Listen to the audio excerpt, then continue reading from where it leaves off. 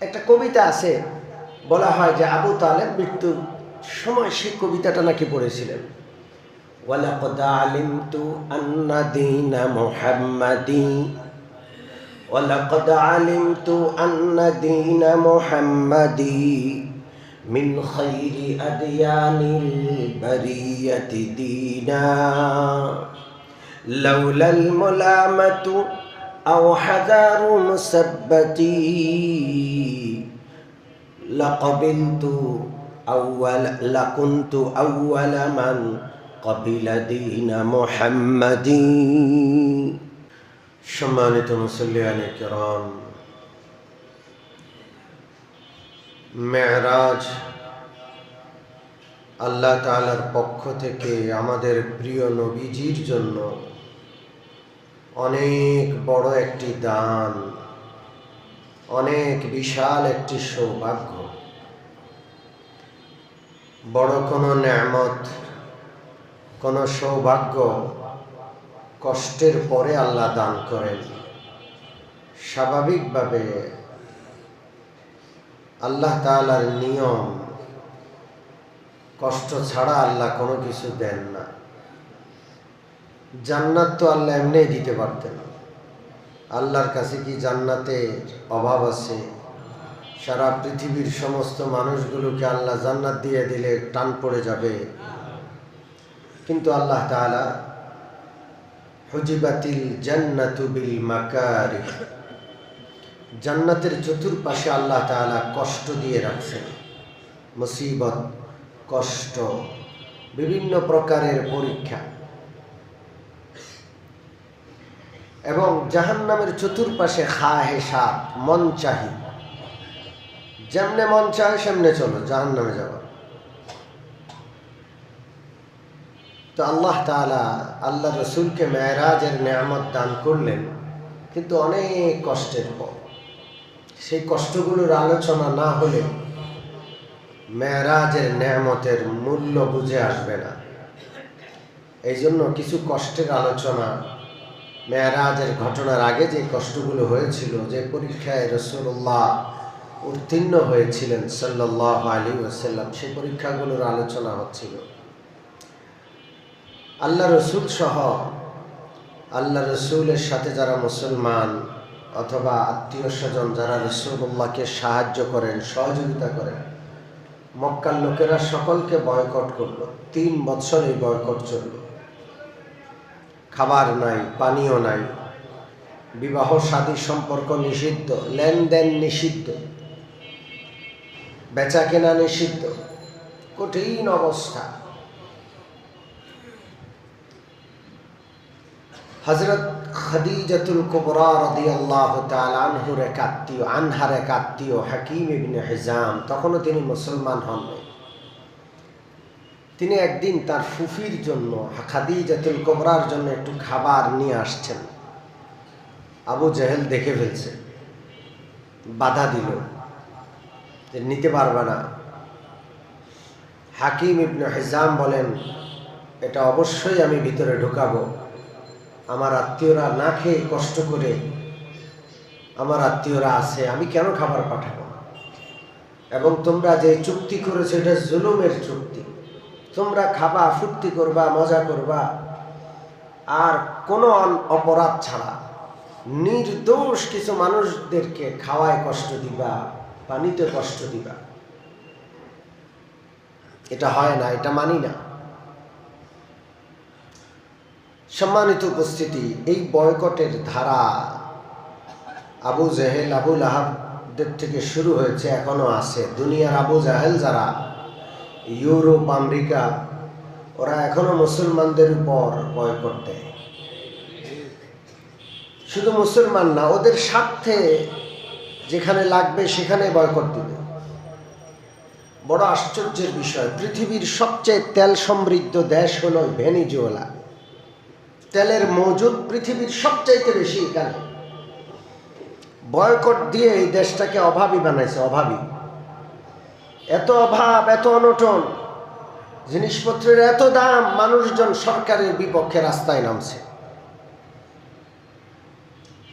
পৃথিবীর সর্ববৃহৎ দ্বিতীয় তেল সমৃদ্ধ দেশ হলো ইরান। কোনটা? ইরানকে বয়কট দিয়ে এমন দুর্গতি ইরানের এখন যে ইরানে $1 আমেরিকান $1 ইরানি 1,00,000 রিয়াল। ইরানের টাকাকে রিয়াল বলে। কিসের অভাব বলেন? কেন এত মুদ্রাস্ফীতি, এত জিনিসপত্রের দাম, কেন এত অভাব যে সারা ইরানের মানুষ রাস্তায় নামতে হচ্ছে? এই দুষ্টগুলো এর পিছনে দায়ী। এই আবু জেহেলের গোষ্ঠী দায়ী। কিন্তু বড় আজব বিষয়, মুসলমানরা আবু জেহেলকে চিনে না। আরব বিশ্বের বড় বড় সম্পদশালী রাষ্ট্রগুলোর নেতা যারা আছেন তারা আবু জেহেলদের সাথে বন্ধুত্ব করে। আল্লাহ যেন ওদেরকে মুনাফিকি ত্যাগ করে ঈমান ইসলাম তাদের অন্তরে দেন, মুসলমান এবং ইসলামের পাশে দাঁড়ানোর তৌফিক তাদের দান করেন। মুসলমানরা যদি ঐক্যবদ্ধ থাকতো কিছুই হইতো না। কিছু মুসলমানের মুনাফিকের কারণে অপর কিছু মুসলমান ভোগান্তিতে পড়ে। হাকিম ইবনে হিজামের সাথে আবু জেহেলের যে বিতর্ক হচ্ছে, এখানে কিছু মানুষ জমা হয়ে গেছে। কিছু লোক পক্ষে, কিছু লোক বিপক্ষে, বলে যে না আমরা এটা মানি না। হাকিম ইবনে হিজাম চিন্তা করলেন একটা জনমত তৈরি করা যায়। তিনি মক্কার কিছু ভালো লোক, কাফের, কিন্তু কাফের হওয়া সত্ত্বেও জালেম না, দুষ্ট না, ওই রকমের কিছু লোকজনকে একসাথ করে বললেন যে আগামীকাল কাবার পাশে বসে আমরা এই আওয়াজ উঠাবো, স্লোগান দিব যে এই বয়কট এখনই ভঙ্গ করতে হবে, এটা আমরা মানি না। এরা তো আমাদেরই এলাকার, আমাদেরই লোক, এদেরকে না খাইয়ে, এদের সাথে সমস্ত সম্পর্ক ছিন্ন করে কোন যুক্তিতে এদের কষ্ট দিব আমরা? এই বয়কট ভাঙতে হবে। এদিকে আল্লাহ রাসূল সাল্লাল্লাহু আলাইহি ওয়াসাল্লাম তার চাচা আবু তালেবকে সংবাদ দিলেন, চাচা যান, এই বয়কটের চুক্তি লিখিত যে চুক্তিপত্রটা আছে, ওই চুক্তিপত্রটা কাবা ঘরের দরজায় ভিতরে লটকানো। ওই চুক্তিপত্র পুরাটা ওই পোকা খেয়ে ফেলেছে। শুধুমাত্র চুক্তিপত্রের যেই জায়গায় মহান আল্লাহ রাব্বুল আলামিনের পবিত্র নাম আছে, আল্লাহর পবিত্র নামটা ওই পোকা খায় নাই, বাকিটা খেয়ে ফেলছে। রাসূলুল্লাহ যখন এই সংবাদ আবু তালেবকে বললেন, আবু তালেব সাথে সাথে চলে আসলেন, এসে বললেন দেখো চুক্তিপত্র ব্যাপারে আমার ভাতিজা একটা কথা বলেছেন, আসো আমরা চ্যালেঞ্জে যাই। আমার ভাতিজা বলেছেন পুরাটাকে ওই পোকা খেয়ে ফেলেছে আল্লাহর পবিত্র নামটা ছাড়া। আমার ভাতিজার কথা যদি সত্য হয় তো চুক্তিপত্র তো আর নাই, চুক্তি শেষ। আর যদি মিথ্যা হয় তাহলে তোমরা তো আমার ভাতিজাকে চাও, আমি তোমাদের হাতে আমার ভাতিজাকে সুপুর্দ করে দেব। মক্কার লোকেরা সবাই রাজি হয়ে গেল, ঠিক আছে। একসাথে সবাই কাবা ঘরের দুয়ারের তালা খুলে ভিতরে ঢুকে দেখে আল্লাহ রসুল যেভাবে বলেছেন ঠিক সেভাবেই চুক্তিপত্র পুরাটাই উই পোকা খেয়ে শুধু আল্লাহর নাম, আল্লাহর পবিত্র নামটা বাকি আছে। আল্লাহ, দীর্ঘ 3 বছরের চুক্তি শেষ হয়ে গেল, উই পোকা খেয়ে ফেলেছে। একটু স্বাভাবিক জীবনে আসতে না আসতে আরেকটা মুসিবত, আবু তালেবের ইন্তেকাল। মুসলমান না হয়েও আল্লাহ রাসূল সাল্লাল্লাহু আলাইহি ওয়াসাল্লাম এবং ইসলামের এতটা সহযোগিতা আবু তালেব করেছেন যেটা কল্পনাও করা যায় না। এই জন্য আবু তালেবের ইন্তেকালে রাসূলুল্লাহ ভেঙে পড়েন। ভেঙে পড়ার আরেকটা কারণও আছে। আবু তালেবের যখন ইন্তেকালের সময় উপস্থিত, রাসূলুল্লাহ তার পাশে তার শিয়রে বসে আছেন। রাসূলুল্লাহ বাবার আদর পান নাই, বাবাকে দেখেন নাই। মায়ের পেটে থাকতে বাবা চলে গেছে। 6 বছর বয়সে মাকে হারিয়েছেন, কিছুদিন পর দাদাকেও হারিয়েছেন। মা, বাবা, দাদা সহ সমস্ত আত্মীয়দের আদর আবু তালেব রাসূলুল্লাহকে দিয়েছেন। আদর, স্নেহ, সোহাগ, যতটা ভালোবাসা দরকার কোনো অভাব রাখে নাই। আজকে আবু তালেবের ইন্তেকালের সময় রাসূলুল্লাহ তার শিউরে বসে বারবার তাকে দাওয়াত দিচ্ছেন, চাচা একটাবার শুধু কালমাটা পড়েন, আমি ওয়াদা দিচ্ছি আমি মুহাম্মদুর রাসূলুল্লাহ আপনাকে জান্নাতে না নিয়ে আমি যাব না। আল্লাহর কি হিকমত, এমন সময় আবু জাহেল, আবু লাহাব সহ মক্কার বড় বড় কাফেররা আবু তালেবের ঘরে প্রবেশ করল। তাকায় দেখে মুহাম্মদুর রাসূলুল্লাহ কালমার তালকিন করে। আবু জাহেল বলে, আবু তালেব সারা জীবন ভাতিজার ধর্ম মানো নাই, মৃত্যুর সময় যদি তুমি ভাতিজার কালমা গ্রহণ করো, বাপদাদার ধর্ম ত্যাগ করো, ইতিহাস তোমাকে আস্থা করে নিক্ষেপ করবে। ইতিহাস বলবে আবু তালেব মৃত্যুর ভয়ে ভাতিজার কালমা পড়ছে। তুমি কি মৃত্যুকে ভয় পাও? তুমি কি বাপদাদার ধর্মে অবিশ্বাস করো? আমরাও তো আছি তোমার সাথে। দুষ্ট লোক মানুষকে পথ হারা করে। দুষ্ট লোকদের কোনো পরামর্শ কখনো নিতে নাই। দুষ্ট লোকরা সুন্দর ভাষায় সুপরামর্শ দেয় না, কুপরামর্শ দেয়। কথা ঠিক কি ঠিক না? মনে রাখতে হবে, এই দেশের পরীক্ষিত দুশ্মন হইল সুশীলরা। সুশীল, যাদেরকে সুশীল বলে, এরা এই রাষ্ট্রের পরীক্ষিত দুশ্মন। এরা এই দেশের স্বাধীনতাকে অন্য দেশের কাছে বিকিয়ে দিতে চায়। এরা বাংলাদেশি মানুষ, কথা বলে অন্যের ভাষায়, চিন্তা করে ইহুদি, খ্রিস্টান, নাস্তিকদের চিন্তা চেতনা নিয়ে। এদের টকশোতে সুন্দর সুন্দর কথা, বিভিন্ন প্রকারের বাকপটুতা, এগুলো দেখে যেন আমরা ধোকায় না পড়ি। এটা দুষ্ট। গত 54টা বছর এই সুশীলদের পরামর্শ মেনে দেশ চলছে। আলেমদের পরামর্শ কখনো মানা হয় নাই। দেশের কি দুর্গতিটা হয়েছে বলে, কি মারাত্মক সমস্যা হয়েছে দেশে। এখন পর্যন্ত 54 বছর চলে গেলেও এই দেশের মানুষ আসলে প্রকৃত স্বাধীনতা কি জিনিস এখনো বুঝতেই পারে না। এই জন্য আল্লাহ রাসূল বললেন, লা তুসাহিব ইল্লা মুমিনান ওয়ালা ইয়াকুল তাআমাকা ইল্লা তাকিয়ুন। খবরদার, মুমিন ছাড়া, পাক্কা মুমিন, বিশ্বাসী, আল্লাহ ভীরু মুমিন, ইমানদার বান্দা ছাড়া কাউকে তুমি বন্ধু বানায়ো না। আমার আপনার বন্ধু হবে মুমিন। ওয়ালা ইয়াকুল তাআমাকা ইল্লা তাকিয়ুন, এবং তোমার খাবার মুত্তাকি, আল্লাহ ওয়ালা ছাড়া যেন কারো কাছে না যায়। তুমি যেখানে যাও সেখানে গেলে খাওয়াইতেই থাকো। যত ছিটাইবা তত কাক আসবে। আর এই কাক মার্কা লোকগুলো হইল দুষ্ট। যেখানে টাকা, যেখানে ক্ষমতা, ওই পিছনে পিছনে দৌড়ায়। কথা কি বুঝে আসছে? যার ক্ষমতা নাই, ভালো মানুষ, নেক মানুষ তার সাথে নাই। এই জন্য আমার আপনার বন্ধু হবে আল্লাহওয়ালা মুমিন।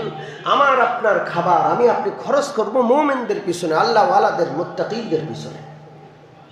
আবু জাহেল, আবু লাহাব, এদের সাথে কুফুরি মতবাদের দিক থেকে আবু তালেবের সম্পর্ক ছিল। একই ধর্মে বিশ্বাসী, ভিতরগত একটা সম্পর্ক ছিল। আজকে সেই সম্পর্কটা কাজে লেগে গেল। আল্লাহ রাসূল আবু তালেবকে যতই বুঝান, আবু তালেব রাসূলুল্লাহর চেহারার দিকে তাকাইয়া কালমা পড়ার নিয়ত করে।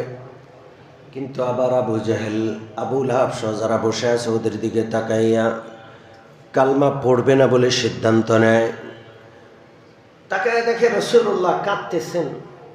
আবু তালেব রাসূলুল্লাহর হাত ধরে বলে, মুহাম্মদ, আমি জানি তোমার ধর্ম সত্য ধর্ম, কিন্তু আমি তোমার ধর্ম গ্রহণ করলাম না, পারলাম না। একটা কবিতা আছে, বলা হয় যে আবু তালেব মৃত্যুর সময় সেই কবিতাটা নাকি পড়েছিলেন। ওয়ালাকাদ আলিমতু আন্না দীনা মুহাম্মাদি, ওয়ালাকাদ আলিমতু আন্না দীনা মুহাম্মাদি মিন খায়রি আদয়ানিল বারিয়াতি দীনা লাউলাল মুলামাতু আও হাজারু মুসাব্বাতি লাকাবিলতু লাকুনতু আউওয়ালা মান ক্বাবিলা দীনা মুহাম্মাদি।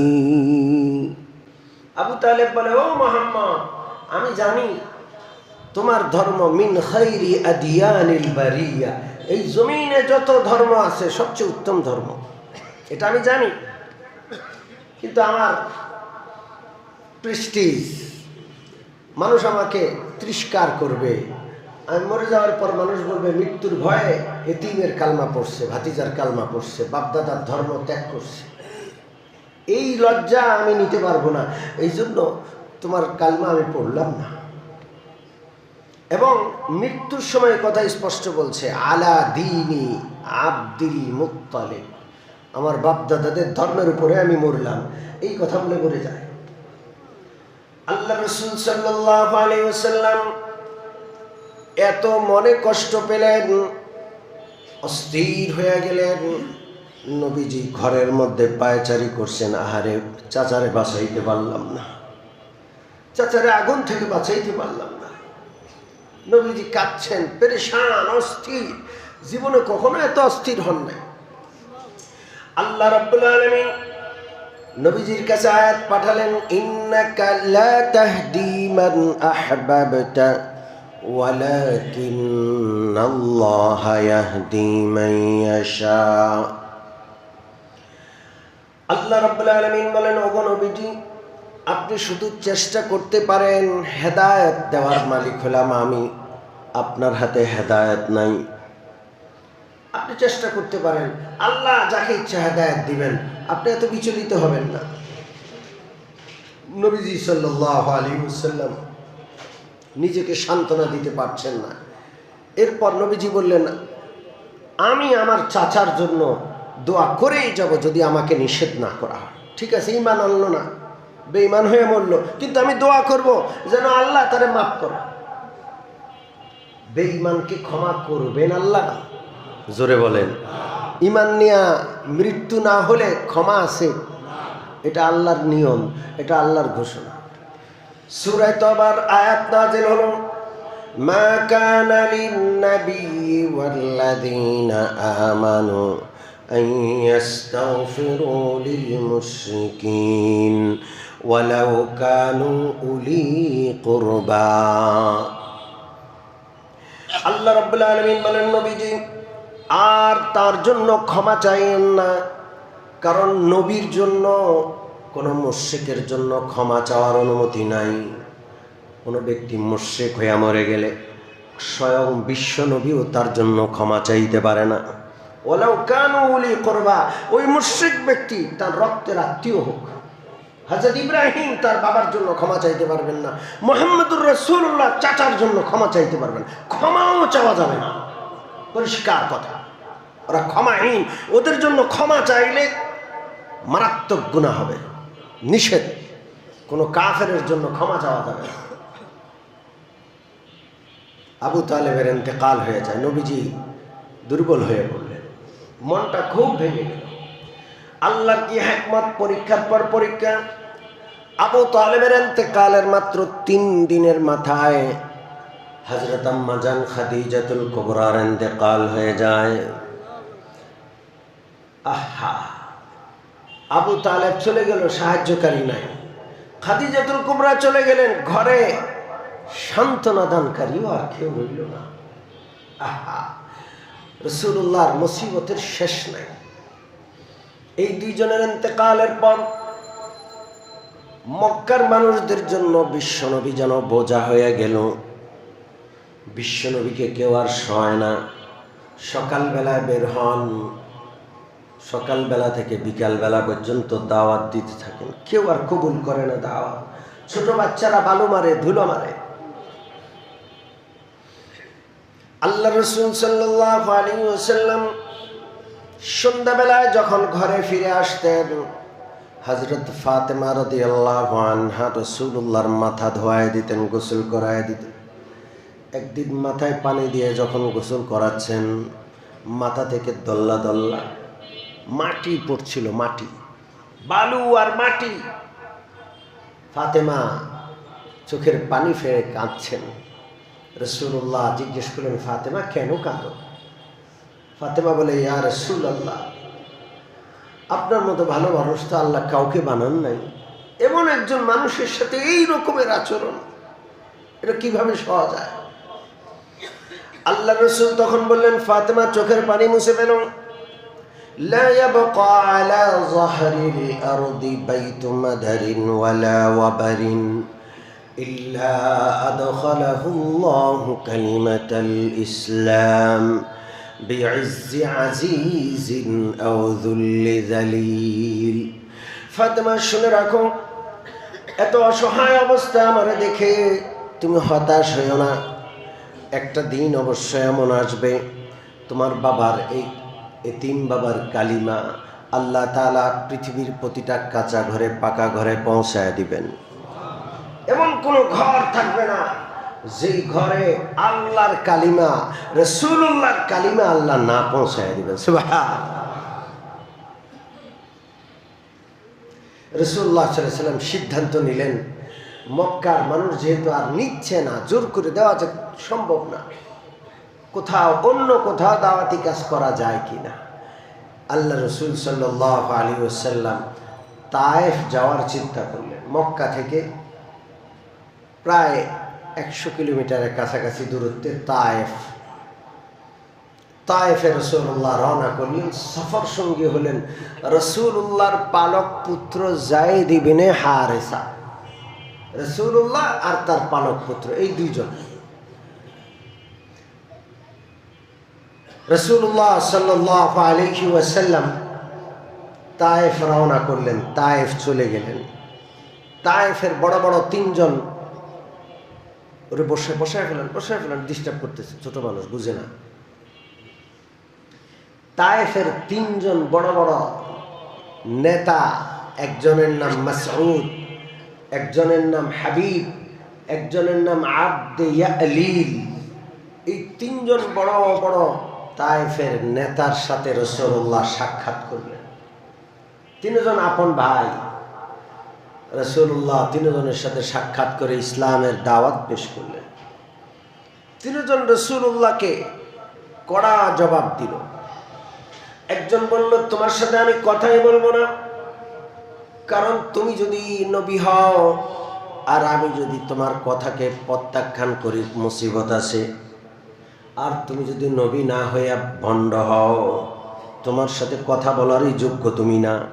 রাসূলুল্লাহর সাথে কথাই বলবে না, কোনো কথা শুনবে না, বলবো না। আরেকজন বলল, আল্লাহ তোমার ছাড়া আর কাউরে পাই নাই, আল্লাহ ঠেকায় বসছে, আল্লাহ তোমার নবুয়ত দিব।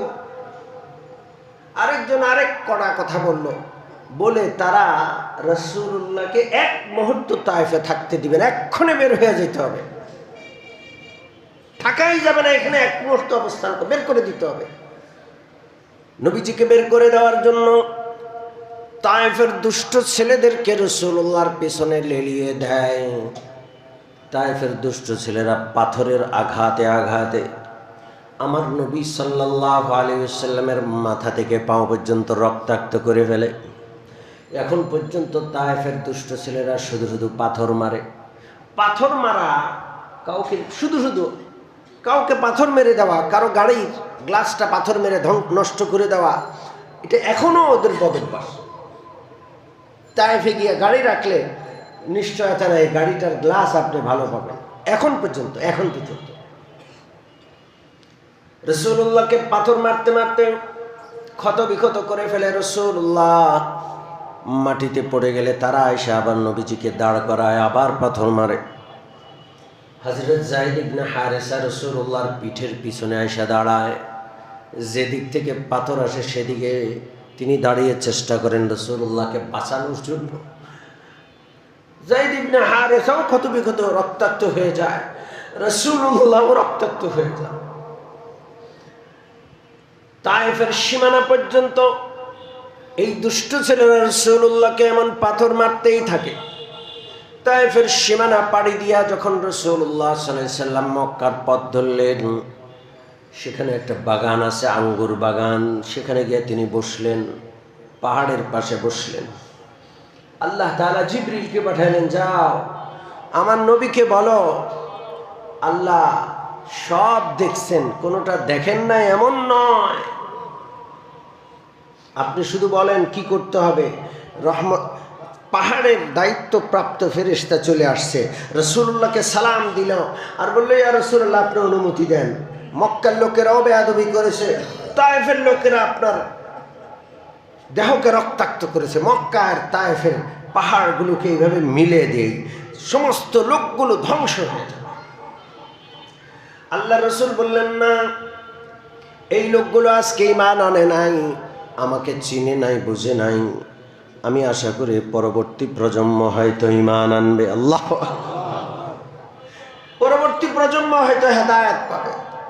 রাসূলুল্লাহ বদদুয়া দিলেন না এবং কোনো প্রকারে আল্লাহ তাআলার রাসূল তাদের শাস্তি চাইলেন না, ক্ষমা করে দিলেন। হাদিসে আছে আঙ্গুরের বাগানে যে বসলেন, এই আঙ্গুরের বাগান এটা ছিল মক্কার কঠিন কাফের উতবা সাইবাদের বাগান বাড়ি। মক্কায় হইল ঠিকানা আর তায়েফ হইল বাগান বাড়ি। যেমন ঢাকায় ধনী লোকদের বাড়ি আছে, আবার গাজীপুরে আর একটা বাড়ি কিনে, কি বাড়ি? বাগান বাড়ি। আছে না নাই? গাজীপুরে এমন এমন বাড়ি আছে যেখানে হরিণ আছে, বাঘ আছে, মিনি চিড়িয়াখানা বানায় রাখছে। সপ্তাহে 2 সপ্তাহে একদিন ছেলে মেয়ে নিয়ে যায়, রিসোর্টের মতো নিজের বাড়িতে নিজে ঘুরে। সম্মানিত উপস্থিতি, উতবা সাইবা সেই সময় বাগান বাড়িতে ছিল। দূর থেকে মুহাম্মদুর রাসূলুল্লাহকে রক্তাক্ত অবস্থায় দেখে এই দুশ্মনদেরও মনে মায়া লেগে গেল, অথচ এরাও মক্কায় অনেক কষ্ট দিচ্ছে। নিজেদের গোলাম, নিজেদের কৃতদাস আদাসকে পাঠাইল, একটা পেয়ালার মধ্যে সামান্য আঙ্গুর দিয়ে, যাও ওই যে বসে আছে মুহাম্মদ তার নাম, এই পেয়ালাতে যে আঙ্গুর আছে ওরে দাও। আদাস নামক মালি, বাগানের রক্ষক, গোলাম, কৃতদাস প্লেটে করে আঙ্গুর নিয়ে রাসূলুল্লাহর সামনে যায়, বলে যে ওই লোকগুলো পাঠাইছে। রাসূলুল্লাহ তাকায়া দেখেন যে আমার দুশ্মনরাই তো এখানে। কিন্তু রাসূলুল্লাহ সাল্লাল্লাহু আলাইহি ওয়াসাল্লাম সেই সময় তাদের এই হাদিয়াকে কবুল করলেন। রাসূলুল্লাহ একটা আঙ্গুর নিয়ে বিসমিল্লাহ বলে মুখের কাছে নিয়ে মুখে দিলেন। আদাস বলল যে এই অঞ্চলে তো আল্লাহর নাম নেওয়ার মতো কেউ নাই। রাসূলুল্লাহ সাল্লাল্লাহু আলাইহি ওয়াসাল্লাম জিজ্ঞেস করলেন, তোমার বাড়ি কই? বলে, আমার বাড়ি নিনওয়া শহরে। আল্লাহ রসুল বলেন, আচ্ছা, হযরত ইউনুস আলাইহিস সালাতু ওয়াস সালামের সেই এলাকায় তোমার বাড়ি? আদাস তো আরো আশ্চর্য হয়ে যায়, বলে যে আপনি ইউনুস আলাইহিস সালামকে চিনেন কিভাবে? আল্লাহ রসুল বললেন, ইউনুস আলাইহিস সালাম আমার ভাই, তিনিও নবী ছিলেন, আল্লাহ আমাকেও নবী করে পাঠাছেন। আল্লাহ। আদাস সাথে সাথে মুহাম্মদুর রাসূলুল্লাহকে জড়ায় ধরে, হাতে কোপালে চুমু খায় আর বলে, আমি তো মনে মনে নবী তালাশ করি, আপনার কালমাটা আমাকে পড়ান। নবীজির হাতে হাত দিয়ে কালমা পড়ে, লা ইলাহা ইল্লাল্লাহু মুহাম্মাদুর রাসূলুল্লাহ।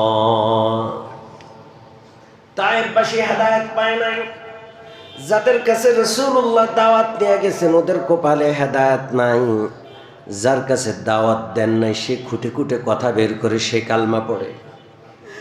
হেদায়েত যে কার কপালে আছে কেউ জানে না। কথা ঠিক ঠিক না? আল্লাহু আকবার। রাসূলুল্লাহ সেখান থেকে রওনা করে মক্কার দিকে চলে আসছেন, আস্তে আস্তে করে আসছেন, রাত হয়, থাকেন, আবার দিনের বেলায় চলেন। এক রাতে রাসূলুল্লাহ সাল্লাল্লাহু আলাইহি ওয়াসাল্লাম নাখলা নামক, মক্কা মদিনার তায়েফ আর মক্কার মাঝখানে নাখলা নামক এলাকা, সেখানে রাত কাটালেন। ফজরের নামাজ রাসূলুল্লাহ পড়ছেন, কিংবা তাহাজ্জুদের নামাজ, কোরআন তেলাওয়াত করছেন। নবীজির কণ্ঠে তাহাজ্জুদের তেলাওয়াতটা কেমন? আমরা রাসূলুল্লাহর কণ্ঠের তেলাওয়াত শুনবো ইনশাআল্লাহ জান্নাতে, ইনশাআল্লাহ।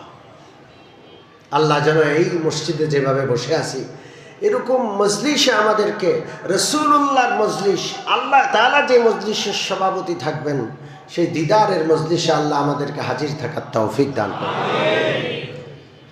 রাসূলুল্লাহর কণ্ঠে তেলাওয়াত, দুঃখী নবী ক্ষত বিক্ষত শরীরে দুহাত বেঁধে আল্লাহ তাআলার দরবারে তেলাওয়াত করছেন। সামনেও অনিশ্চয়তা, পিছনেও অনিশ্চয়তা। তায়েফ থেকে বের হয়েছেন রক্তাক্ত অবস্থায়, যাবেন মক্কায়, মক্কার লোকেরাই তো বের করছে। দুঃখী মানুষের কণ্ঠের সুর পাল্টে যায়। নবীজি যখন তেলাওয়াত করছেন, একদল জিন আকাশ দিয়ে যায়, একদল জিন আকাশ দিয়ে যায়। তারা বলল, আরে কিসের আওয়াজ, এত সুমধুর কণ্ঠে কিসের তেলাওয়াত? তারা থেমে যায়। তারা কোরআনের তেলাওয়াত শুনে। রাসূলুল্লাহর সাথে সাক্ষাৎও নাই। এই জিনেরা এই যাওয়ার সময় শুধু তেলাওয়াত শুনেই ঈমান এনে মুসলমান হয়ে যায়। এক জাতির মধ্যে বিপ্লব হয়ে যায়। দ্বীনের কাজ, ইসলামের কাজ যদি চলে কোথাও, কোনো জাতি যদি গ্রহণ নাও করে ক্ষতি নাই, আরেক জাতি আল্লাহ তৈরি করে দেন। তায়েফবাসী গ্রহণ করে নাই, জিন জাতিকে আল্লাহ হেদায়েত দিয়ে দিয়েছে। এই ঘটনা কোরআনে আছে। একদল জিন যে এসে রাসূলুল্লাহর তেলাওয়াত শুনে মুসলমান হলো। সূরাতুল আহকাফ 26 নম্বর পারার সূরা, সেই সূরাতে এই আয়াতগুলো আছে। ওয়া ইস সারাফনা ইলাইকা নাফারাম মিনাল জিন্নি ইয়াসতামিউনাল কুরআন। আল্লাহ বলেন, আমি একদল জিনকে আপনার কাছে নিয়ে আসলাম, তারা আপনার কোরআনের তেলাওয়াত শুন। আমরা কেউ কোথাও যাই না, আসলে নিয়ে যান কে? জিনটা মনে করছে জিনরা যাচ্ছে। আল্লাহ কয় সারাফনা ইলাইকা, আমি নিয়ে আসছি আপনার কাছে। তারা কেউ আমরা কিছু করি না, আমাদেরকে দিয়ে সব করান কে? মসজিদে আপনি আসেন নাই, আপনাকে কে আনলেন? আল্লাহ। ফালাম্মা হাদারুহু ক্বালু আনসিতু, যখন তারা উপস্থিত হলো, একজন আরেকজনকে চুপ করা, চুপ চুপ চুপ, শুনো শুনো কি বলে, কি তেলাওয়াত করে শুনো। তারা তেলাওয়াত শুনেই মুসলমান হয়ে গেছে। রাসূলুল্লাহ জানেন না। পরবর্তীতে সূরা জিন যখন নাজেল হয়, সূরা জিনের মাধ্যমে রাসূলুল্লাহ জানলেন যে জিনদের ওই দলটা আসছে। এরপরে হাদিসের বর্ণনা অনুযায়ী অন্তত 6 বার রাসূলুল্লাহ জিনদের সাথে সাক্ষাৎ দিয়েছেন, জিনদেরকে ইসলামের দাওয়াত দিয়েছেন। অন্তত কয়বার? 6 বার। মক্কা নগরীর খুব কাছে মসজিদুল জিন নামক একটা কি আছে, মসজিদও আছে। যারা জিয়ারাতে যায় মক্কা থেকে, তারা ওই জিন মসজিদে দেখতে যায়। যাই হোক, রাসূলুল্লাহ সাল্লাল্লাহু আলাইহি ওয়াসাল্লাম কষ্টের শেষ নাই। তায়েফ থেকে রক্তাক্ত অবস্থায় মক্কায় ফিরে আসলেন। এখন মক্কায় ঢুকার অবস্থা নাই। মক্কায় ঢুকার সাথে সাথে রাসূলুল্লাহকে কেউ যদি হত্যা করে ফেলেন, আল্লাহ রাসূল সাল্লাল্লাহু আলাইহি ওয়াসাল্লামের নিরাপত্তা নাই। নিজের মাতৃভূমি মক্কায়, নবীজি মক্কার সীমান্তে অপেক্ষা করছেন। নিরাপত্তা নিয়ে ঢুকতে হবে, নাইলে সমস্যা। আল্লাহ রসুল আখনাস ইবনে শুরাইকের কাছে খবর পাঠাইলেন যে তুমি আমাকে নিরাপত্তা দাও, আমি একটু ঢুকবো। আখনাস বলে পারবো না। সুহাইল ইবনে আমরের কাছে পাঠাইলেন, সে বলে পারবো না। মুতঈম ইবনে আদি সর্বশেষ এই ব্যক্তি রাসূলুল্লাহকে নিরাপত্তা দিল। তার ছেলে সন্তান, তার জ্ঞাতি গোষ্ঠী নিয়ে আসলো। রাসূলুল্লাহকে মাঝখানে রেখে চতুর্পাশ দিয়ে ঘিরে ধরে বডিগার্ড হিসাবে নিরাপত্তা দিতে দিতে রাসূলুল্লাহকে মক্কায় ঢুকাইল। রাসূলুল্লাহ মক্কার জমিনে ঢুকেই সাথে সাথে তাদের নিরাপত্তা বেষ্টনীর মধ্যেই তাওয়াফ সম্পাদন করলেন। সুবহানাল্লাহ। মন বড় খারাপ, তায়েফ থেকেও নিরাশ হয়ে ফেললেন। মক্কাতেও কাজ করা যাচ্ছে না। এমন সময় আল্লাহ তাআলা রাসূলুল্লাহকে মেরাজের সৌভাগ্য দান করলেন। সুবহানাল্লাহ। অনেক কষ্টের পর মেরাজ। আল্লাহ যদি তৌফিক দেয় আগামী জুমাতে ইনশাআল্লাহ মেরাজের আলোচনা শুরু হবে। সেই পর্যন্ত আল্লাহ আমাদেরকে সুস্থ রাখেন, ভালো রাখেন। আর রাসূলুল্লাহ সাল্লাল্লাহু আলাইহি সাল্লামের এই পবিত্র জিন্দেগি থেকে যে আলোচনা হচ্ছে, আল্লাহ তাআলা যেন এখান থেকে আমাদের শিক্ষা গ্রহণ করার, উসওয়ায়ে হাসানা তথা তার আদর্শ গ্রহণ করার তৌফিক দান করেন। আমিন। ওয়া আখিরু দাওয়ানা আনিল হামদুলিল্লাহি রাব্বিল আলামিন।